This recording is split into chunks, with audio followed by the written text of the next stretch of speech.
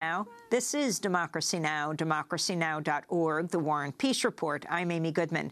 As we return to our public conversation with the acclaimed linguist and dissident Noam Chomsky, it was recorded in April at the First Parish Church in Cambridge, Massachusetts. Speaking of entities that President Trump doesn't like, he calls the press the enemy of the American people, the enemy of the people. Can you assess, as the media assesses President Trump in his first 100 days, the media's behavior? Well, I think the media has fallen over backwards to try to give him some protection and leeway. I mean, there are things that are so ludicrous and outrageous that a reporter simply can't keep from saying something about them. Like there's one ridiculous claim after another that comes out of the tweets, 3 million illegal undocumented refugees voted for Clinton, Obama wiretapped the Trump Tower, one after another. My sense is, this is just a guess, that this is a media strategy, that it's the Bannon, Trump, Spicer strategy to try to keep attention focused on one or another form of lunacy, but not look at what's actually happening. And what's actually happening is that Paul Ryan and his associates behind the scenes are systematically and carefully dismantling every element of government that is of any benefit to people and that doesn't maximize corporate power and profit. I mean, the dedication of the Republican leadership, especially the Ryan-type leadership, their dedication to slavish servility to corporate power and wealth is just phenomenal. I mean, read this morning's business pages. Their latest step is to try to prevent exposure of complaints against banks that carry out improper activities.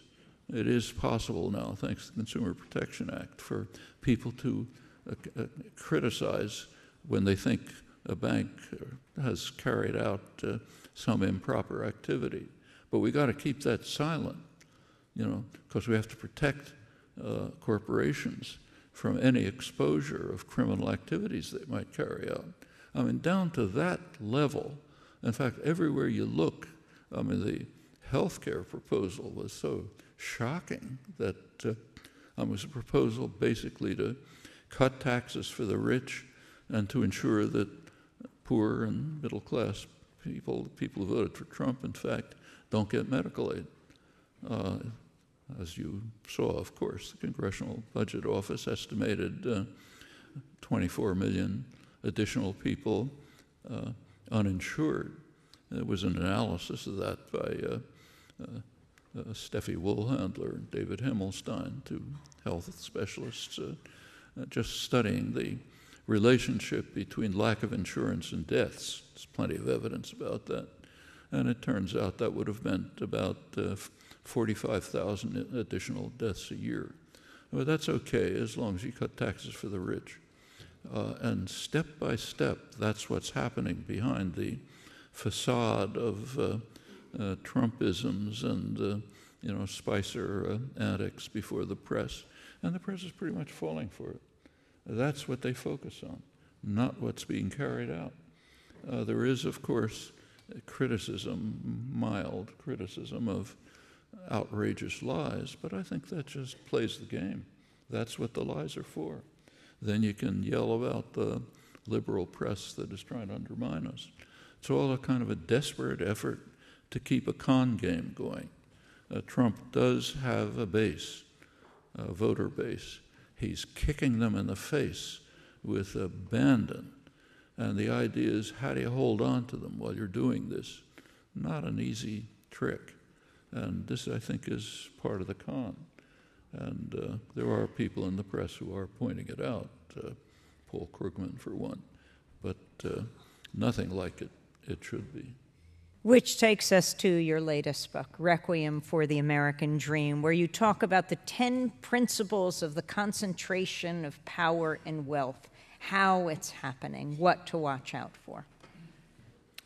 Well, credit for the 10 principles should go to the producers of the film. What they did was take a lot of interviews and discussions about all sorts of things and put them in a coherent and, I think, pretty effective form, including formulating 10 principles. That's their contribution, and including material that discusses them. And you can look at the film and see, or the book, but my feeling is they did a really good job. So the book is accompanying this film that is now out on Netflix. But you talk about, for example, Principle 1, reducing democracy, Principle 2, shaping ideology, and Principle 3, redesigning the economy. Well, all of those fall together, and they're part of a pretty remarkable development that's taking place actually in human history. Humans in the last 60 or 70 years have succeeded in creating a kind of a perfect storm, literally. There's a kind of a pincers movement that we've created. 2 major attacks on the prospects for survival: global warming, nuclear weapons, the Anthropocene, the nuclear age. And the third is a set of socioeconomic policies designed to undermine the possibility of dealing with the problems. The problems could be dealt with only in a functioning democracy of engaged, informed people who could make decisions, who would be informed and could make decisions to deal with the crises. But the so-called neoliberal programs of the past generation, sort of somewhat market-oriented programs designed to undermine the institutions, the governmental and popular institutions that might deal with these issues, all a unit. One result is a very significant decline in democracy. You can see it which is almost built into the policies. It's perfectly built. You can't carry out economic policies of the type that have been implemented in the past generation in a functioning democracy. That's impossible. I mean, just take a look at the numbers. The neoliberal programs were basically taking off right around 1980. It started a little with the late Carter, escalated under Reagan, went on more under Clinton, and so on. 2007 was the peak of supposed success. This is right before the crash. A lot of euphoria among economists, political analysts about the great achievements of neoclassical economics, of the great moderation, the neoliberal programs, dismantling of regulations, all these great successes. 2007. What was happening to American working people at that time? In 2007, real wages, were lower than they had been in 1979 when the experiment took off. In fact, for the majority of the population, it's a period of stagnation or decline. Benefits have declined. People had been, some of the reasons were explained by Alan Greenspan, head of the Federal Reserve, who was charged pretty much of managing the economy.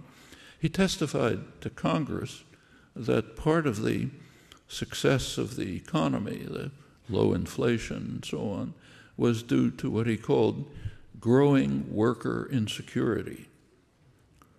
Working people were insecure. They were intimidated. They knew that they were in a dangerous situation, precarious situation. As a result, they didn't press for increase in wages and for decent wages and benefits. They were willing to accept, in fact, effective decline in their living standards. And Greenspan, who was a close observer of the economy, pointed out that this continued even when jobs were increasing in the late Clinton period. It was deeply embedded in the nature of the policies being carried out, that working people are intimidated, they're living precarious lives, many of them are part-time, they're losing security, their unions are being destroyed, and their wages are declining. So it's all great. The economy is wonderfully healthy. Can you carry out policies like that in a democracy? I mean, are people going to vote for it? Same in Europe, even worse in many ways. The so-called austerity programs, even the economists of the IMF, International Monetary Fund, their own economists report that these policies make no economic sense. But the IMF bureaucrats, the ones who are part of the decision-making apparatus, they vote for them. And the effect on Europe is the same thing. As far as democracy is concerned, just like in the United States, there's anger, contempt for for the major governing institutions. Here it's Congress, there it's the political parties. You just saw it in France yesterday. The two major parties were barely visible in the election, and it's happening all over Europe, same kind of thing that's happening here. I mean, here it's happening in a way which is almost farcical because of the kind of actions carried out by the leadership. In Europe, it's being pursued in a way which is really ominous. I mean, you don't have to look far back to find a time when fascist parties actually had power in Europe, and we know what happened. And now there are neo-fascist parties with fascist roots often, which are pretty close to power, even in places like Austria and Germany, which have some memories about. France as well was, under the Nazis, was a very pro-Nazi country. The Vichy government was rounding up Jews faster than the Germans wanted them. A really ugly record. And seeing these things come back, or just seeing a situation in which, according to recent polls, a majority of Europeans think there should be no more Muslims in Europe. I mean, that evokes some memories, not nice ones. And a lot of, you can't attribute it all to the neoliberal economic policies, but a lot of it does follow from that. When you impose on people circumstances of this kind, you have to make sure that they have no way of responding politically. In Europe, it's done pretty straightforwardly. The main decisions about socioeconomic policies are made by the so-called Troika, IMF, European Central Bank, and the European Commission, which is unelected. So three unelected bodies, they make the decisions. They do listen to voices, the voices of the northern banks, mostly German banks, and the people suffer. And they're angry, frightened, often reacting in dangerous ways. We see similar phenomena here. So to go back to the pincers movement, what's happened is we've created two huge threats to survival. We have systematically, not you and me, but the leadership has systematically created socioeconomic policies which have as a consequence, almost immediate consequence, the undermining of functioning democracy, the one thing that might deal with the disasters. Like I said, it's kind of perfect storm. Real credit to the human species to have contrived something like this. Principle 4 is shift the burden onto the poor and the middle classes. Principle 5, attack the solidarity of the people. 6, let special interests run the regulators. 7, engineer election results. 8, use fear and power of the state to keep the rabble in line. Is it necessary to comment? I think you're all familiar with it. 9 is manufacture consent, and principle 10 is marginalize the population. Well, in fact, that's exactly what's happening. And there's a reason for it. You cannot carry out the kinds of policies that have been developed in the last generation and have the population function democratically. In Europe, you can't get people to vote for policies which are undermining their lives, which are leaving especially younger people without any hopes of decent employment, which are driving people to precarious existences, which are undermining wages, reducing benefits. In England, right now, undermining, threatening what had been by far the world's most effective and efficient national health system. You can't get people to vote for things like this. So what you have to do is marginalize them in one way or another, turn them against each other, turn their anger against vulnerable people. That's a standard technique. Get people to, don't look at the people who are really doing this to you. Look at the ones who are more vulnerable.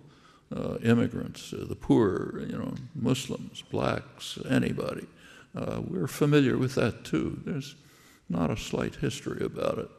So sure, it's like an almost logical consequence of the socioeconomic policies which have been imposed and lauded, in fact, by elites, including liberal elites. A lot of this was done, let's say, by the Clinton administration.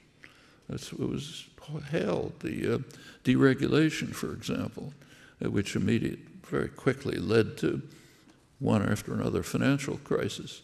That was initiated by liberal economists who were telling us how wonderful it is. And there's actually a theory, a neoclassical economic theory, which says, yeah, it's fine. Actually, there were people who warned against it.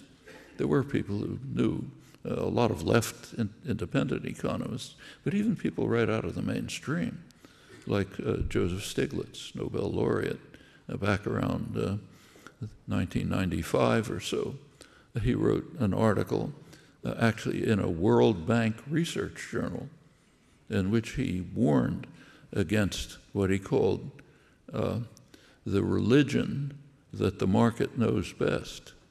He says, that's the religion, as he put it, that's being followed by economists. And he says, you got to take a look at that religion. Like a lot of religions, it just doesn't work. Economic history and even logic show us lots of things that are wrong about it, but that was pursued with abandon on the basis of theories of efficient markets, rational behavior, rational expectations, and so on, none of which had any empirical basis or founding. But they were the doctrines were accepted for the very simple reason that they were highly beneficial to wealth and power. And that makes them acceptable. And you get the results that you have. The undermining of the only means possible to try to deal with the existential crises that we have created. So again, it's a kind of perfect storm. All sorts of sources, including just socioeconomic policies of a bipartisan nature. Noam Chomsky, speaking April 24th at the First Parish Church in Cambridge, Massachusetts, professor emeritus at the Massachusetts Institute of Technology. His latest book, Requiem for the American Dream. And that does it for today's show. If you'd like to get a DVD copy, you can go to democracynow.org. Also, you can go there to read the transcript or get any video or audio podcast of any of our shows. Democracy Now! Is produced by Mike Burke, Dina Guzder, Nermeen Sheikh, Carla Wills, Laura Gottesdiener, Sam Alkoff, John Hamilton, Ravi Karen, Hani Massoud, Sharina Nadura, and Andre Lewis. Mike DeFilippo, Miguel Noguera, and Paul Huckabee are engineers. Special thanks to Becca Staley and Julie Crosby. I'm Amy Goodman. Thanks so much for joining us.